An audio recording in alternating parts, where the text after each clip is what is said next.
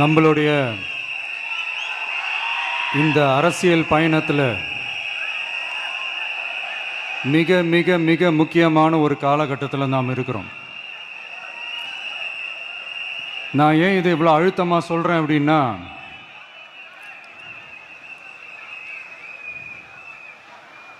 ஏதோ அழுத்தம் இருக்குமோன்னு நினைக்கிறீங்களோ?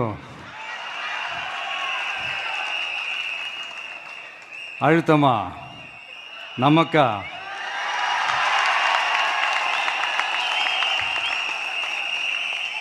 இந்த அழுத்தத்துக்கெல்லாம் அடங்கி போற ஆளா இந்த ஆளு?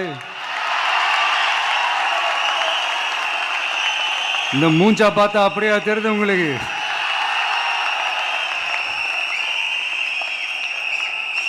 அதனால அப்படியெல்லாம் நடக்காது. அதுவும் முக்கியமா நம்ம கிட்ட அதெல்லாம் நடக்கவே நடக்காது. ஆனா அழுத்தம் இருக்குதான்னு கேட்டீங்கன்னா இருக்குது. அது நான் இல்லைன்னு சொல்ல வரல. நமக்கு இல்லை, மக்களுக்கு. தமிழ்நாட்டை இதுக்கு முன்னாடி ஆண்டவங்களும் சரி பாஜகவுக்கு அடிமையாக தான் இருந்திருக்கிறாங்க. ஸோ அவங்கள நம்பியும் ஒரு பிரயோஜனமும் இல்லை. இப்போ ஆண்டுகிட்டு இருக்கிற இந்த திமுக அரசாச்சும் நமக்கு ஏதாவது செய்வாங்கன்னு பார்த்தா இவங்களும் அவங்கள மாதிரியே தான். இன்னும் சொல்ல போனால் ஒரு படி மேலே, இன்னும் மோசம். அவங்களாச்சும் நேரடியாக சரண்டர் ஆகி இருப்பாங்க, இவங்க மறைமுகமாக சரண்டர் ஆகி இருக்கிறாங்க. அவ்வளோதான் வித்தியாசம். அதனால நீங்கள் பார்த்தீங்கன்னா அவங்களோட அந்த வேஷம் கலைஞ்சிடக்கூடாதுன்றதுக்காக இந்த கலராக கவர்ச்சிகரமான இந்த அறிவிப்புகள்லாம் வெளியிடுறாங்க. நோட்டீஸ் பண்ணியிருப்பீங்கன்னு நினைக்கிறேன்.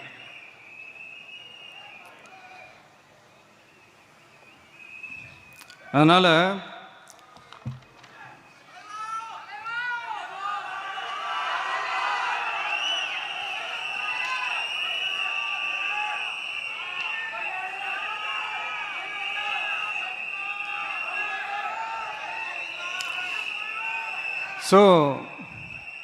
இவங்க எல்லாரும் இப்படியே இருக்கிறாங்களே, நமக்காக உண்மையாக உழைக்கிறதுக்கு யாராச்சும் வந்துட மாட்டாங்களா அப்படின்னு மக்கள் ஒரு விதமான அதை வெளியில் சொல்ல முடியாத ஒரு அழுத்தத்தில் இருக்கிற நேரம் இது. மாற்றி மாற்றி ஓட்டு போட்டு ஏமாந்து அவங்க இப்போ நம்மளை நம்புகிறாங்க. நம்மளுடைய இந்த தமிழக வெற்றி கழகத்தை இந்த விஜய் கூட நிற்பான்னு நம்புகிறாங்க.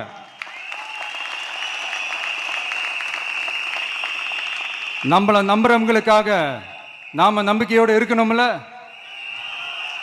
அப்படின்னா இது முக்கியமான, மிக மிக மிக முக்கியமான ஒரு காலகட்டம் தானே. அதனாலதான் அவ்வளோ அழுத்தமாக நான் சொன்னேன். இந்த தேர்தல், இந்த கூட்டணி, இதெல்லாம் பற்றி நிறைய இந்த ஹேஷியங்கள் ஜோஷியங்கள் எல்லாம் நடந்துகிட்டு இருக்கு இல்லையா? என்னப்பா இந்த விஜய் இப்போதான் வந்திருக்கிறாரு, இவர் கூடலாம் யார் வரப்போகிறா, அவங்க வரமாட்டாங்க, இவங்க வரமாட்டாங்க, அப்படி இப்படின்ட்டு நம்மளை பற்றி ஒரு அண்டர் எஸ்டிமேட் பண்ணிகிட்டு இருக்காங்களே. அதுனா நமக்கு புதுசாக என்ன? 30 வருஷமாக நம்மளை அண்டர் எஸ்டிமேட் பண்ணிட்டு தான் இருக்கிறாங்க. ஆனால் மக்கள் கரெக்டாக நம்மளை எஸ்டிமேட் பண்ணி ரொம்ப அழகாக, ரொம்ப அக்கறையாக, ரொம்ப தெளிவாக, ரொம்ப தீர்க்கமாக நமக்குன்னு ஒரு இடத்த கொடுத்துருக்குறாங்கல்ல. எப்படி? என் கேரியரின் உச்சமான ஒரு இடத்த கொடுத்துருக்குறாங்கல்ல. அதை இந்த நாடே பார்த்துக்கிட்டு இருக்குல்ல. ஏன் அப்படி எனக்கு அந்த இடத்த கொடுக்கணும்? ஏன்னா இந்த விஜய் நம்ம பிள்ளையாச்சே, நம்ம அண்ணனாச்சே, நம்ம தம்பியாச்சேன்னு சொல்லி அவங்க மனசுல அப்படி தோணுது. அதனாலதான் நமக்கு அப்படி ஒரு இடத்த கொடுத்து உள்ளன்போடு அள்ளி நம்மளை அரவணைச்சிக்கிட்டு இருக்கிறாங்க. அப்படி நம்மளை நம்புறவங்களுக்காக நாம உழைக்கிறதே அது ஒரு பழக்கமாகி இப்ப அதுவே என்னுடைய ஒரு ஒரிஜினல் கேரக்டராகவே மாறிடுச்சு. இத்தனை வருஷமா இருக்கிற அந்த உழைக்கிற குணம் அது எப்படி மாறும்? அதெல்லாம் மாறவே மாறாது. அரசியலுக்கு வந்ததுக்கு அப்புறமும் சரி, ஆட்சி அதிகாரத்துக்கு வந்ததுக்கு அப்புறமும் சரி, ஒன்னே ஒன்று சொல்ற, எழுதி வச்சுக்கோங்க. இதுக்கு முன்னாடி இருந்தவங்க மாதிரியோ இல்லை இப்போ இருக்கிறவங்க மாதிரியோ ஊழல் செய்யவே மாட்டான்.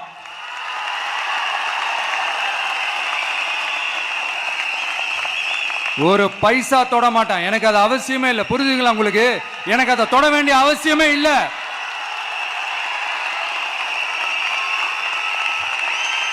ஒரு துளி ஊழல் கரை கூட படியவே படியாது, படியவும் விட மாட்டான். நீங்க கேட்கலாம், இது என்ன சினிமாவா, இதன முதல்வன் படமா, ஒரே நாள்ல வந்து இவர் எல்லாத்தையும் கிளீன் பண்ணிடுவாரான்னு நீங்க கேட்கலாம். ஓகே, பிராக்டிகலா அது பாசிபிள் இல்லதான். But it is a process, right? It is a process. இப்படி எதுக்குமே ஆசைப்படாத ஒருத்தன் அரசியலுக்கு வரான் அப்படின்னா, அவன் கண்ணு முன்னாடி ஏதாவது ஒரு தப்பு நடக்குது அப்படின்னா, அவன் கண்ணு முன்னாடி ஏதாவது இந்த மாதிரி ஒரு ஊழல் நடக்குது அப்படின்னா, அதை பார்த்துக்கிட்டு அவன் சும்மா இருப்பான்னு நினைக்கிறீங்க?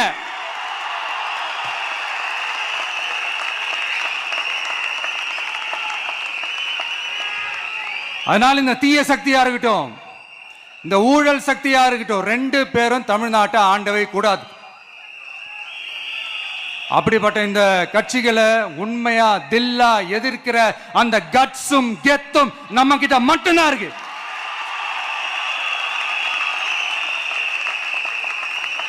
அதனால நீங்க என்ன சூழ்ச்சி நம்ம மேல பண்ணாலும், என்ன அழுத்தம் நீங்க கொடுத்தாலும், இந்த அடங்கி போறதுக்கோ, இந்த அண்டி பொழைக்கிறதுக்கோ, இல்ல இந்த அடிமையா இருக்கிறதுக்கால நாம அரசியலுக்கு வரல. என் மண்ணுக்கும் மக்களுக்கும் யார் என்ன தீங்கு செஞ்சாலும் அதை எதிர்த்து அவங்க கிட்ட இருந்து நம்ம மக்களை பாதுகாக்கிறதுக்காக தான் நம்ம அரசியலுக்கே வந்திருக்கிறோம். அண்ட் முக்கியமா தோழர்களே, மக்களுக்கு என் மேல மட்டும் நம்பிக்கை இருந்தா அது பத்தாது. என் கூட டிராவல் பண்ற என்னோட எல்லா தோழர்கள்கிட்ட அந்த நம்பிக்கை வரணும்.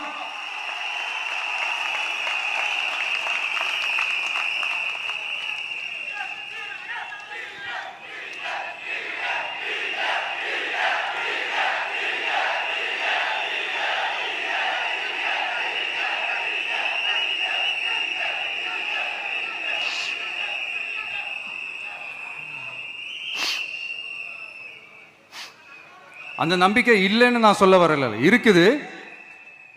ஆனால் அதை தொடர்ந்து இருக்கிற மாதிரி நீங்கள் எல்லாம் நடந்துக்கணும். தப்பு பண்ண யாராக இருந்தாலும் தப்பிக்கவே முடியாதுன்ற அந்த ஒரு பயம் இருக்கணும். எல்லாரும் உங்களை தான் கேட்குறேன், எல்லாரும் உண்மையாக உழைப்பீங்கல்ல?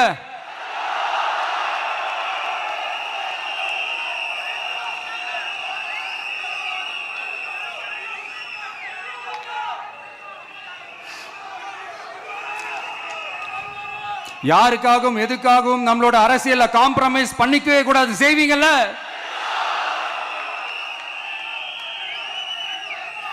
அண்ட் தயவு செஞ்சு எல்லாரும் கொஞ்சம் ஒற்றுமையா இருந்து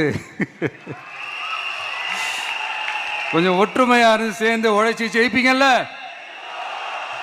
சரி, நமக்காக நம்ம மக்கள் கண்டிப்பா ஓட்டு போட்டு ஜெயிக்க வைப்பாங்க, அதில் எந்த மாற்று கருத்துமே கிடையாது. அப்படி ஜெயிக்கிறதுக்காக நாம் என்ன செய்ய போறோம்? மக்களிடம்னு செல்னு அறிஞர் அண்ணா அவர்கள் சொன்னதை ரொம்ப டீப்பாக சின்சியராக அடாப்ட் பண்ணுறதோட மட்டும் இல்லாமல் நம்மளோட அரசியலில் அதை செயல்படுத்தணும். அதுதான் முக்கியம். ஏன்னா இப்போ அரசியலில் இருக்கிறவங்க அண்ணாவை மறந்துட்டாங்க. அண்ணா ஆரம்பித்த கட்சியும் அண்ணாவை மறந்து சுயநலமாக மாதிரி பல வருஷம் ஆச்சு. அண்ணா பேரில் இருக்கிற கட்சியும் அவரை மறந்து பல வருஷம் ஆச்சு. ஆனால் நாம அவரை மறந்துடக்கூடாது. மக்கள்கிட்ட போகணும், மக்களோட மக்களாகவே இருக்கணும், மக்களுக்காகவே இருக்கணும். அதுக்காக நாம் என்ன செய்ய போகிறோம், என்னெல்லாம் செய்ய போகிறோம், அதுக்காக தான் இந்த மீட்டிங். ஆரம்பிக்கலாமா? இந்த ரெண்டு கட்சிகள், ஆண்ட கட்சியா இருக்கட்டும், இப்போ ஆள்ற கட்சியா இருக்கட்டும், அவங்கள பொறுத்த வரைக்கும் பூத்துனா என்ன தெரியும்ல? அவங்கள பொறுத்த வரைக்கும் பூத்துனா கள்ள ஓட்டு போடுற இடம். ஆனா நமக்கு, நம்ம டிவிகேவுக்கு அது ஒரு ஜனநாயக கூடம். அங்க ஜனநாயகம் திருடுறாம நம்ம பார்த்துக்கணும். ஒவ்வொரு ஓட்டையும் நம்ம பாதுகாக்கணும். எப்படி பாதுகாக்கிறது?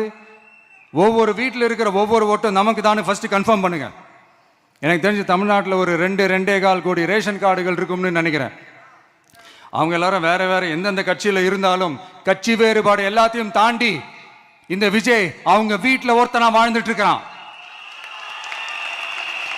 அவங்க குடும்பத்தில் ஒருத்தனா பார்த்துக்கிட்டு இருக்கிறாங்க. அதனால இந்த கட்சி எல்லாத்தையும் தாண்டி இந்த விஜய் கூட நிக்கணும்னு முடிவு பண்ணிட்டாங்க. அதனால அப்படி முடிவு பண்ண அவங்கள பாதுகாப்பா பூத்துக்கு கூட்டிட்டு வாங்க. நம்மளோட இந்த விசில் சின்னத்துக்கு ஓட்டு போட வைங்க.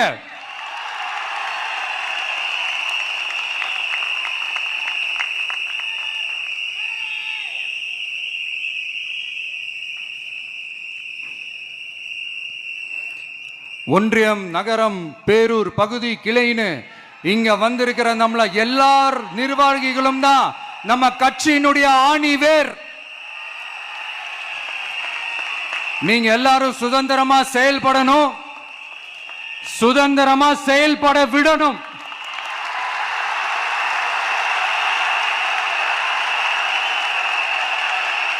நீங்க ஒவ்வொருத்தரும் எனக்கு முக்கியம்.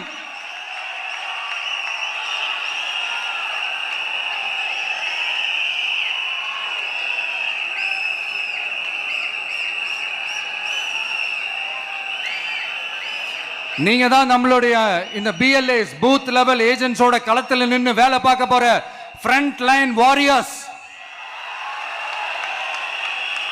இப்ப நடக்க போறது வெறும் எலெக்ஷன் கிடையாது, இது ஒரு ஜனநாயக போர். இந்த டெமோக்ராட்டிக் பேட்டில லீட் பண்ண போற கமாண்டர்ஸ் நீங்க தான்.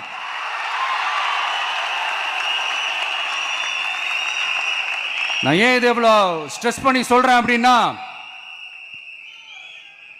இந்த தீய சக்தி எப்படி, இந்த தீய சக்தியோட தில்லு முள்ளுலாம் உங்களுக்கே நல்லா தெரியும். முழிச்சிட்டு இருக்கும் போது முழியை தோண்டி எடுத்துட்டு போற கூட்டம். அதனால கொஞ்சம் ஜாக்கிரதையா இருக்கணும். நம்ம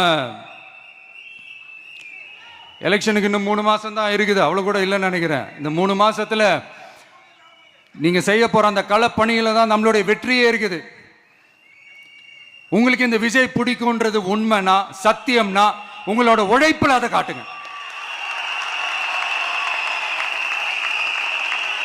அப்புறம் நாங்க அறிவிக்க போற வேட்பாளர்களுக்கு நீங்க உங்களுடைய முழு ஒத்துழைப்பை நீங்க கொடுக்கணும். கொடுப்பீங்க தானே?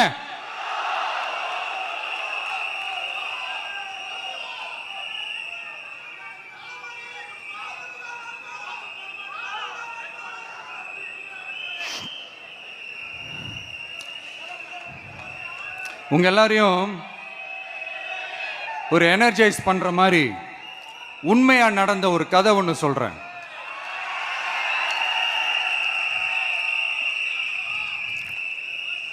சொந்த நாட்டையே ஒரு கூட்டம் அபகரிக்குது.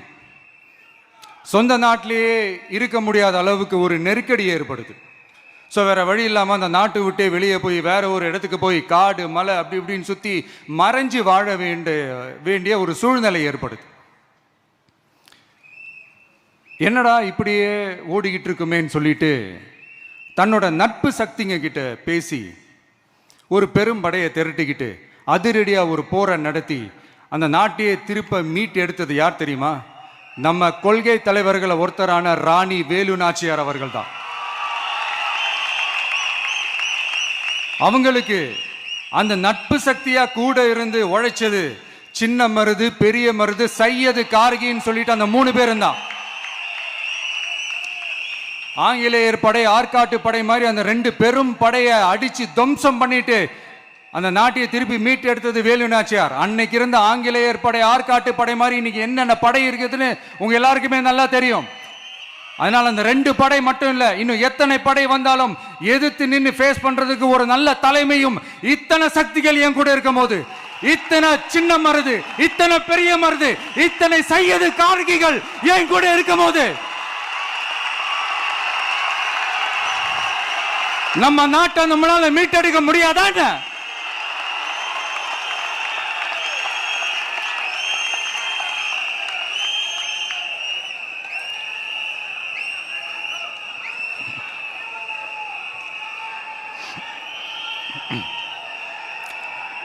அதுவும் இந்த படை, நம்மளுடைய இந்த டிவிகே படை நட்பு சக்தி இருந்தாலும் இல்லைனாலும் தனியாவும் நின்று கெத்தா ஜெயிக்கிற அளவுக்கு ஒரு மிகப்பெரிய படை. அதுலயும் ரொம்ப முக்கியமா இன்னைக்கு இந்த கூட்டத்துக்கு வரலனாலும் நான் அந்த போர்ல நடந்த அந்த கதை மாதிரி கட்ஸான குயில்கள் நிறைந்த பெண்கள் படையும் நம்மளோட இருக்கிறாங்க. அந்த பெண்கள் படையை பார்த்துதான் அரசியல் அரங்கமே அதிர்ந்து போயிருக்குது. அதனால எல்லாரும் ஒரு நிமிஷம் எனக்காக எந்திரிச்சு நில்லுங்களேன் ப்ளீஸ். நான் சொல்றதை கொஞ்சம் ரிப்பீட் பண்ணுங்க. இந்த 2026 சட்டமன்ற தேர்தல்ல நாம எல்லாரும் உண்மையாக உழைப்போம், சத்தியமாக உழைப்போம், உறுதியாக உழைப்போம், ஒற்றுமையாக உழைப்போம். Thank you. Please sit down.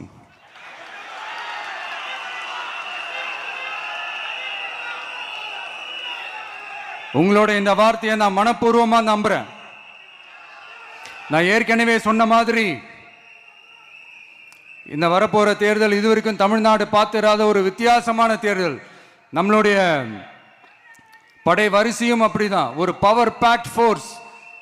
இவ்வளவு நாள் இதை நாம மட்டும்தான் சொல்லிக்கிட்டு இருந்தோம். இப்ப கொஞ்சம் கொஞ்சமா அதை வெளியில சொல்ல ஆரம்பிக்கிறாங்க. என்னடா இந்த விஜய் கூட இருக்கிற ஃபோர்ஸை பார்த்தா சாதாரண ஃபோர்ஸ் மாதிரி தெரியல, மிலிட்ரியோட பெரிய ஃபோர்ஸா இருக்குது, வரப்போற எலெக்ஷனை கணிக்கவே முடியல, அப்படி இப்படின்னு சில குரல்கள்லாம் கேட்க ஆரம்பிக்குது. கணிக்கவே முடியலன்னு அவங்க வேணா சொல்லலாம், ஆனா மக்கள் ஆல்ரெடி கணிச்சு முடிச்சுட்டாங்க.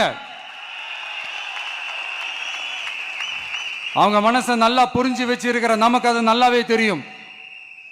அதனால இந்த எலெக்ஷன் ரிசல்ட்டுக்கு அப்புறம் இந்த தீய சக்தி கிட்ட இருந்தோம், இந்த ஊழல்வாத அடிமை சக்தி கிட்ட இருந்தோம், தமிழ்நாட்டை மீட்டுட்டோம்னு உறுதியா அறிவிப்போம். அதுல என்ன மாற்று கருத்து கிடையாது.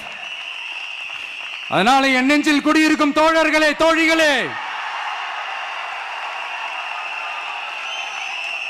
உங்களோட நான் இருக்கேன், நம்மளோட நம்ம மக்கள் இருக்கிறாங்க. இதுக்கு மேல என்ன வேணும்? கான்பிடென்டா இருங்க, நல்லதே நடக்கும், வெற்றி நிச்சயம்.